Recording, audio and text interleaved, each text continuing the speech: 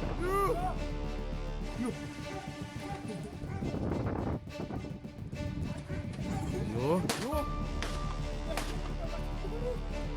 Lagi. Yan. Yo. Evening, February 2nd, 2021. In Fontaine, a suburb choked with crime and gangs, a fierce burst of gunfire ripped through the sultry air. In front of his house, William "Red" Stevens, the notorious leader of the 27s gang, who once held the power of life and death both behind bars and on the streets, collapsed in a pool of blood. Three dark figures dashed into the night, leaving behind a dead body, a stunned family, and a criminal empire fractured from within. Why was a notorious leader like William "Red" Stevens, who once terrified all of Capetown, shot dead on his doorstep? Is this just a personal revenge? Or is there an underground force behind it that wants to change the entire situation of the number gangs? William "Red" Stevens was one of the most notorious leaders of the 27s gang, part of the number gang system in South Africa. He grew up in Capetown in poverty, exposed early to violence and the law of the street. In his youth, Stevens spent time with the 26s, but later joined the 27s through violence, overcoming harsh challenges in prison to prove his loyalty and ability. It was here that he quickly made a name for himself, becoming a general, a rank reserved for those with influence and the ability to run the entire system. Unlike many previous 27s leaders who focused on maintaining power in prison, Stevens expanded his activities into society. He turned the gang into a force on the streets, engaging in protection rackets, running contract killings and other illegal activities for anyone willing to pay a high price.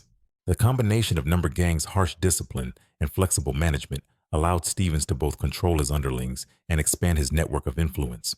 Stevens's reputation came not only from his brutality in suppressing his opponents, but also from his ability to maintain power in the face of fierce gang rivalry in Capetown. In the eyes of many, he embodies a new type of criminal, one who upholds the principles of the number gangs, while also taking advantage of opportunities to turn violence into a source of profit and power on the streets. As a teenager, William "Red" Stevens grew up in the poor neighborhoods of Capetown, where street crime and gangs were a part of everyday life. At a very young age, he engaged in illegal activities such as theft and robbery, gradually building up a reputation among local gangsters. These actions soon landed Stevens in the criminal justice system and eventually led to prison. It was in the prison environment, where the number gangs dominated the entire life of the inmates, that Stevens officially entered the world of organized crime. He was initially linked with 26s, but later opted to join 27s. The road was not easy. To be accepted, he must pass harsh trials, including acts of violence, to prove his loyalty and ability to protect the honor of the gang. Once part of the 27s, Stevens quickly built relationships with senior leaders. He learned how to operate the number gang's strict disciplinary system, from giving orders, managing finances, to coordinating drug and weapons trafficking activities. Stevens's quick wit and organizational skills helped him rise quickly, becoming a general while still serving his sentence. After his release from prison, Stevens took all the experience and network he built in prison with him to apply to the outside world. He maintained the number gang's iron discipline while expanding their reach into the neighborhoods and townships around Capetown. Stevens assembled a loyal group of followers, mostly men who had served time with him, ready to carry out any order. The network quickly became the backbone of his criminal activities, from debt collection, protection rackets, to drug and weapons distribution. William "Red" Stevens was not only a prison leader, he was also the one who changed the way the 27s operated, breaking the decades-old tradition of the number gangs. While many previous 27s leaders focused on maintaining power behind bars, Stevens saw greater opportunity out in society. Once out of prison, he began to expand his influence onto the streets of Capetown, bringing the strict discipline and tight organizational structure of the number gangs to control many strategic areas. Restaurants, bus stations, and other locations considered hotspots for drug dealing quickly fell under Stevens' protection. His presence means that any activity in these areas must pay protection fees or risk violent retribution. What set Stevens apart was the way he used violence as a business tool. In addition to running protection rackets, he turned his group into a force willing to take on contract killings or collect debts for anyone willing to pay. This brought in significant revenue and made Stevens' name known not only among the criminal world, but also among the underground business elite. To protect his illegal activities and avoid direct attention from authorities, Stevens established or associated with a number of legitimate businesses. These establishments both generate surface income and act as fronts for cash flow and meetings with sensitive partners. Presenting himself in the community as a successful businessman helps him better shield himself from public suspicion. In addition, Stevens skillfully built relationships with other gangs to avoid unnecessary conflicts and even cooperated when it was beneficial. His longevity in an environment rife with betrayal and bloody reprisals suggests that he had behind him support from influential individuals in the police force and some political figures. It was a combination of street power, prison discipline, and power networks that helped Stevens maintain his criminal empire over the years, despite major crackdowns and fierce competition from other underworld forces. William "Red" Stevens was known in South African crime circles as a ruthless and cold-blooded tactician who did not hesitate to use public violence to send a message to his rivals. In many of the killings, Stevens or his men carried out their actions in public, serving as a reminder that anyone who stood up to the 27s would pay with their lives.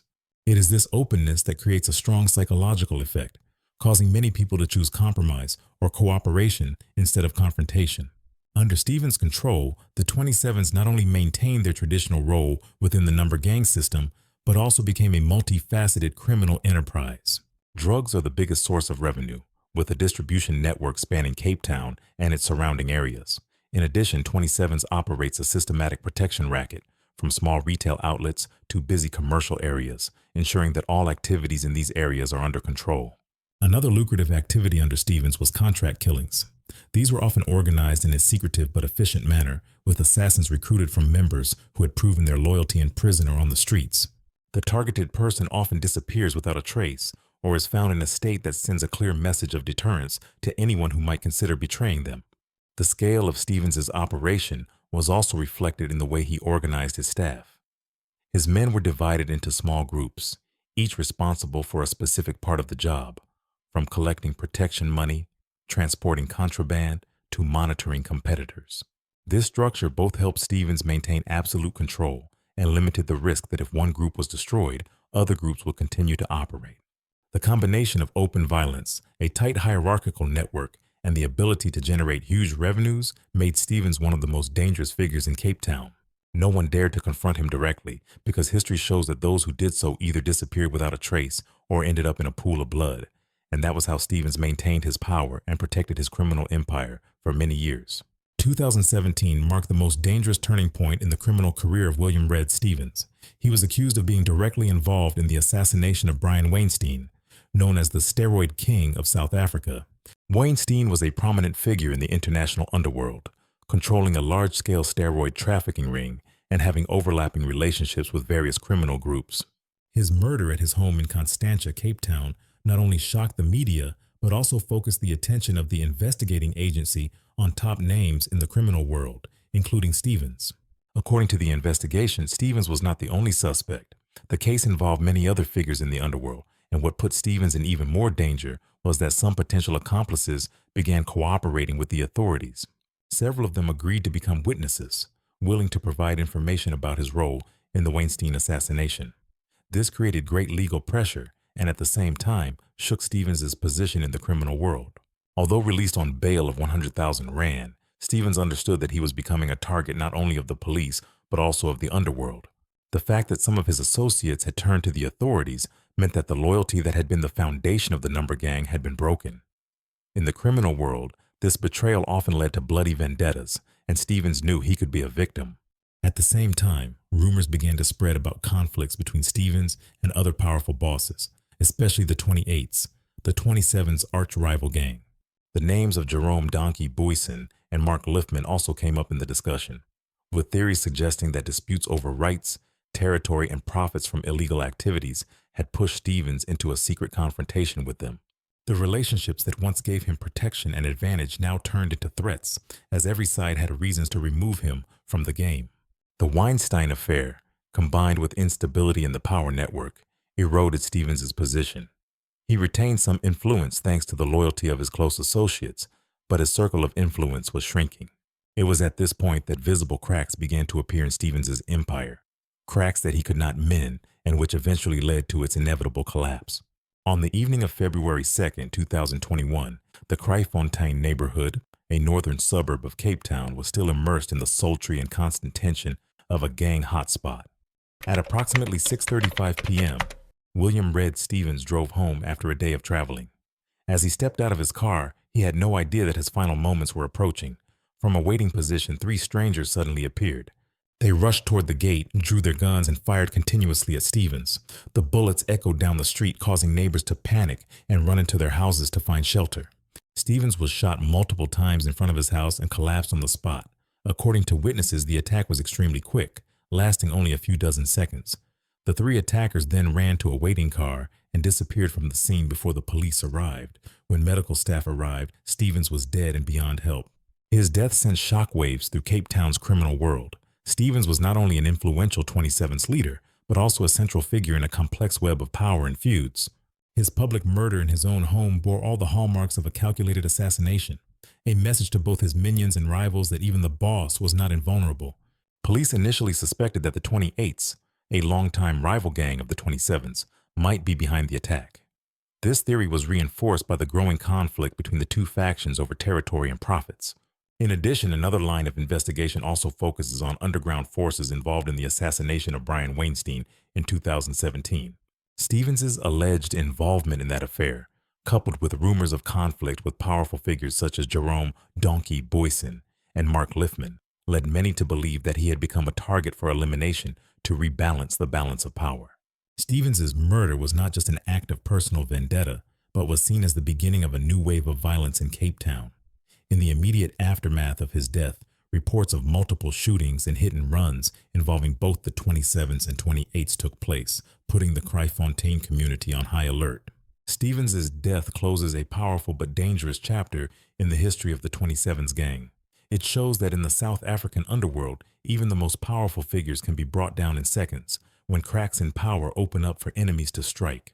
The death of William "Red" Stevens immediately created a major power vacuum within the 27s. He had been the liaison between the gangs inside and outside the prison, maintaining internal unity as well as balancing relationships with other gangs. When Stevens was killed, that bond quickly unraveled. Some of his closest associates, fearful for their lives or suspicious of one another, left the gang. Others sought refuge with rival organizations, especially those willing to pay a high price for an experienced gunman. In Kryfontaine and other parts of Capetown, retaliatory gun battles began to erupt just days after the assassination. Local sources said this was the result of two factors. 27s want to avenge their leader, and rivals want to take advantage of the chaos to expand their territory. Residents have to live in a state of insecurity. Many neighborhoods have become hotbeds of violence. The media quickly got involved, exposing part of the 27's complex network, from its organizational structure, prison rituals, to how the gang expanded its operations into society. Articles and investigative programs revealed the existence of hidden rules and absolute loyalty within the number gangs, helping the public better understand the extent to which these organizations influence life in Capetown.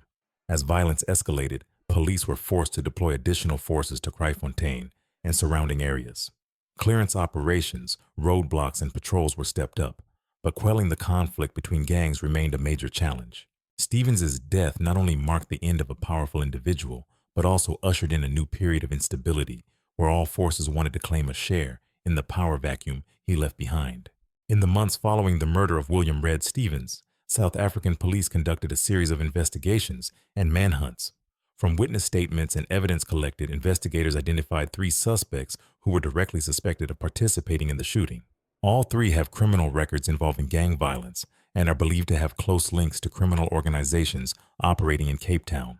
Upon their arrest, the suspects faced a number of serious charges, including murder, illegal possession of firearms and ammunition, and crimes related to organized crime gang activities.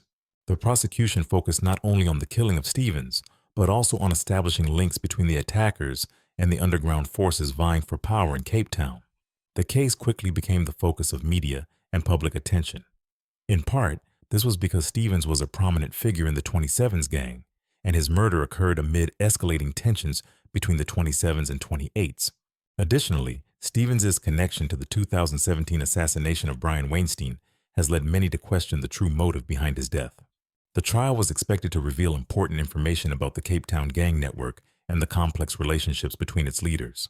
However, as with many other gangland cases in South Africa, the trial was hampered by fear of witnesses and the threat of retaliatory violence. The case is therefore still a hot topic. both legal and reflecting the fierce reality of the power struggle in the underworld. William Red Stevens was once the symbol of power for the 27s, but his death shows that even when you control an entire criminal empire, it only takes one mistake or one betrayal to end it all. In the South African underworld, no one is truly safe, not even the kings of the number gangs. If you find this story thought-provoking, leave a like and comment with your thoughts. In this world, can power really protect lives?